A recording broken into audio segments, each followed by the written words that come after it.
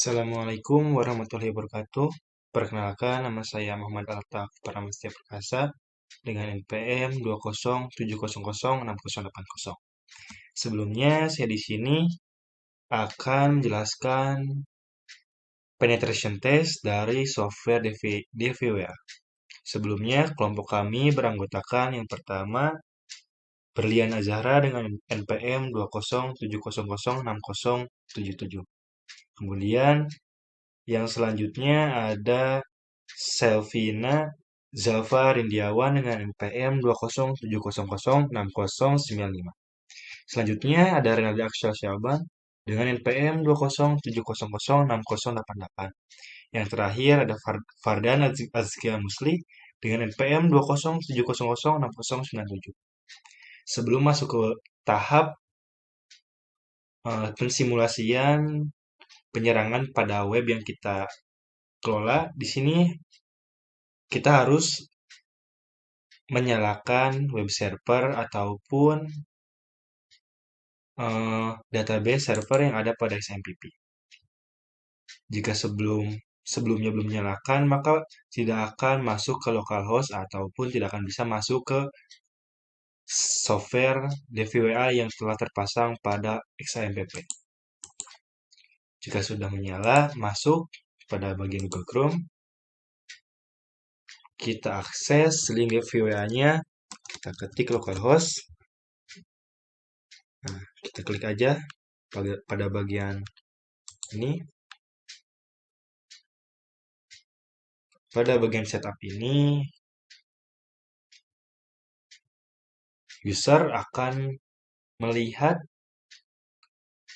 database setup yang ada pada DVWA. Kemudian ada instruction-nya, kemudian ada about dari software DVWA ini. Untuk yang pertama, kita di sini langsung create atau reset database. Kita tunggu. Ternyata di sini ada tulisan could not connect to the database service. Kita lihat pada bagian ininya, ternyata pada MySQL-nya belum dinyalakan. Jika sudah menyala, kita coba lagi. Kita pastikan lagi. Kita coba. Nah, jika sudah bisa masuk, maka kita akan direct pada halaman login di DVWA. Kita masukkan username-nya yaitu admin, kemudian password-nya kita masukkan password juga. Jika berhasil, kita direct pada halaman home yang ada pada DVWA. Untuk yang pertama, di sini saya akan menjelaskan pada bagian SQL injection. Kita masuk pada SQL injection-nya. Nah, sebelum masuk pada tahap penginjeksian, saya akan jelaskan apa itu SQL injection. SQL injection ini merupakan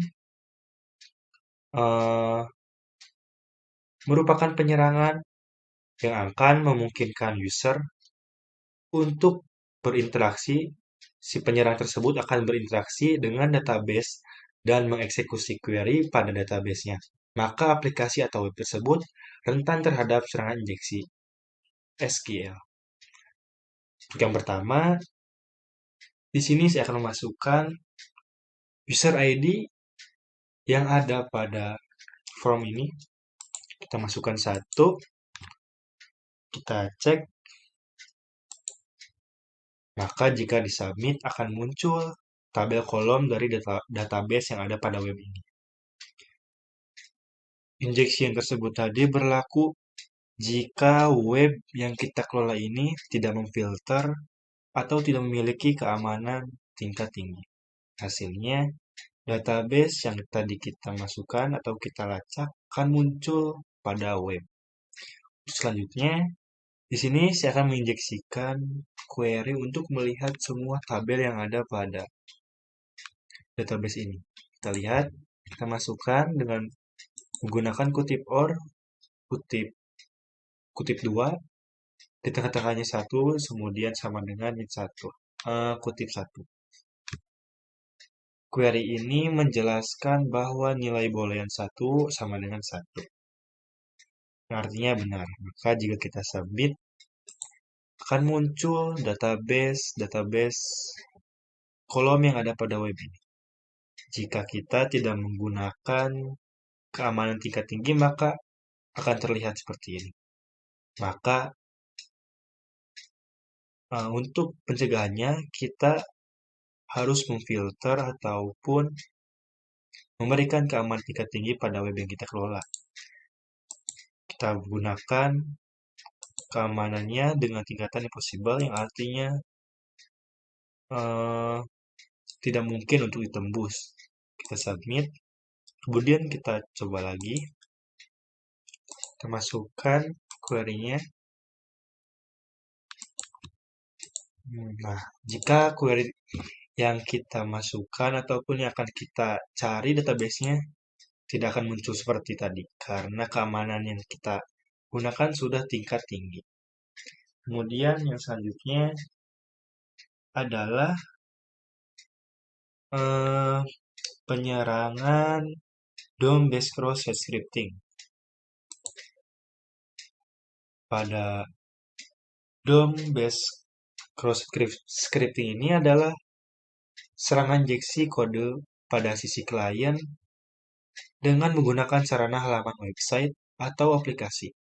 Penyerang akan mengeksekusi skrip berbahaya di browser korban dengan cara memasukkan kode berbahaya ke halaman web atau web aplikasi yang sah.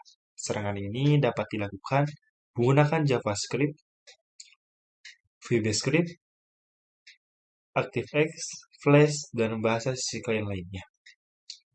Diralat ya, sebelumnya penjelasan yang tadi itu merupakan keseluruhan penjelasan dari XSS, yaitu cross-site scripting. Tapi untuk DOM-based site scripting ini terjadi jika web aplikasi menulis data ke dokumen objek tanpa synthesis yang tepat. Yang artinya penyerangan ini dapat dilakukan URL dengan memanipulasi data untuk memasukkan konten XSS pada halaman web seperti kode JavaScript yang akan kita gunakan. Pertama, kita di sini ganti dulu, coba ganti bahasanya menjadi bahasa Perancis. Kemudian kita select. Kita masukkan kode JavaScript yang ada pada URL ini. Kita masukkan script alert. Kita gunakan kata-kata yang akan kita tampilkan pada web ini, yaitu Bapak kamu di mana.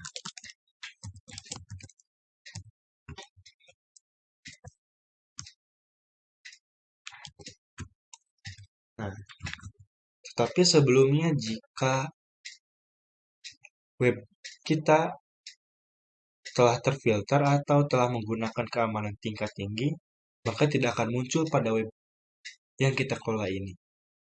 Kita coba. Nah, maka akan terjadi error pada pilihan bahasa. Yang artinya kode JavaScript tadi telah terfilter oleh sistem keamanan kita. Tapi jika kita menggunakan keamanan tingkat rendah, kita ubah untuk keamanannya menjadi low. Artinya mudah untuk ditembus. Kita submit. Kita masuk ke bagian DOM yang tadi. Kita masukkan lagi kode JavaScript-nya pada URL. Nah, kita coba script alert. Kita masukkan script yang akan kita tampilkan pada web yang akan kita serang. Kita masuk Bapak kamu di mana. Kita tutup dengan kutip script. Jika berhasil kita serang, maka pada web akan muncul script yang tadi kita masukkan. Jadi Untuk keamanannya, cara pencegahannya kita sama seperti sebelumnya, yaitu meningkatkan tingkat keamanan atau memfilter keamanan yang akan kita gunakan. Kemudian selanjutnya adalah reflected cross-site scripting. Untuk reflected ini akan terjadi ketika skrip berbahaya yang dipantulkan dari web aplikasi ke browser korban. Pertama, di sini kita mencoba untuk menggunakan JavaScript untuk menampilkan skrip yang akan kita tampilkan pada web.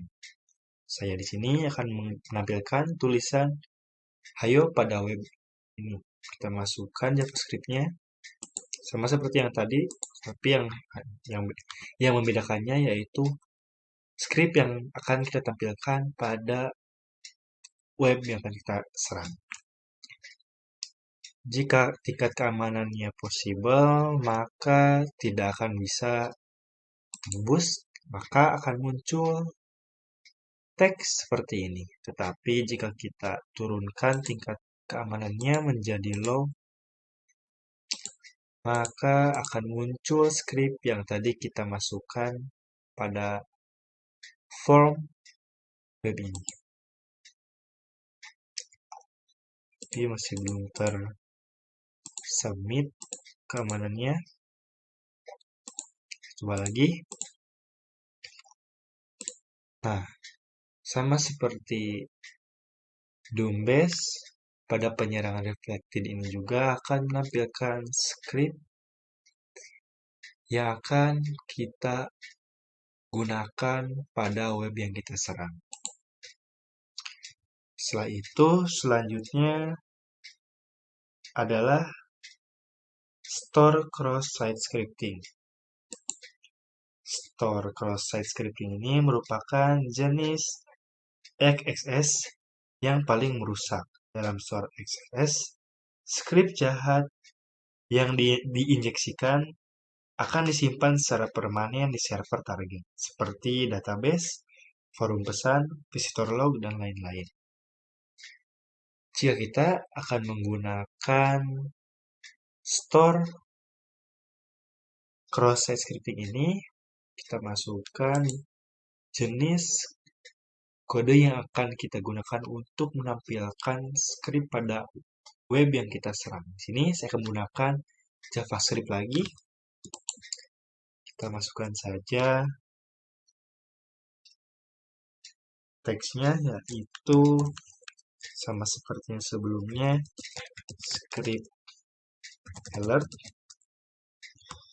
Kemudian di sini saya akan menggunakan kalimat script hayo lagi untuk ditampilkan pada web yang kita serang.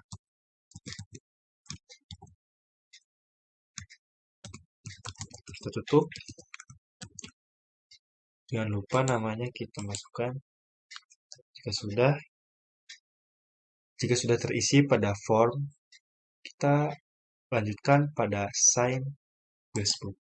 Nah, seperti sebelumnya, pada penyerangan store cross-site scripting ini akan memunculkan skrip yang berbahaya untuk klien ataupun pengguna web tersebut. Untuk cara pencegahannya sama seperti yang sebelumnya, kita hanya perlu untuk memfilter ataupun menambahkan atau meningkatkan keamanan pada website kita. Kita gunakan tingkatan paling tinggi, yaitu possible, kita submit. Setelah kita submit, kita coba masukkan data atau kode script yang tadi kita telah berhasil masukkan pada web yang akan kita serang. Untuk scriptnya sama seperti yang tadi, script alert Dan scriptnya yaitu ayo kasih tanda kutip, kemudian tutup. Jika sudah, kita langsung saja klik pada tombol sign guestbook.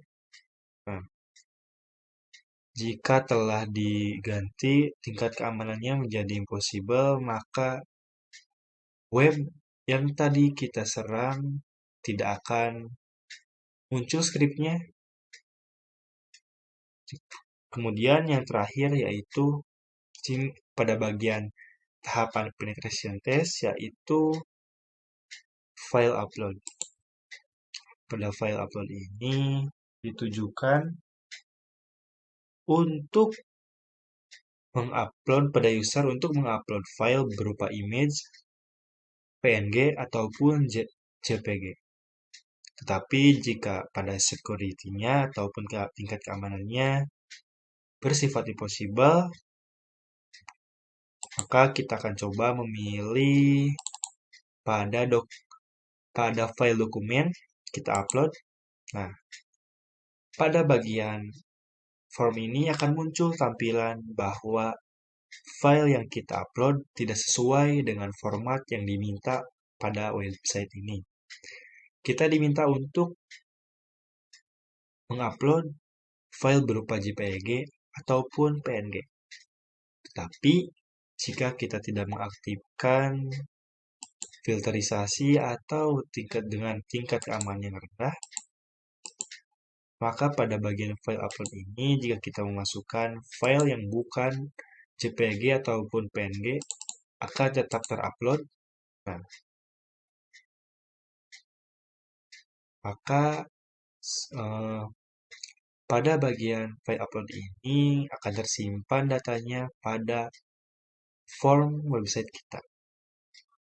Sekian demonstrasi dari penetration test DVWA dari kelompok kami. Mohon maaf bila banyak kesalahan ataupun salah kata. Wassalamualaikum warahmatullahi wabarakatuh.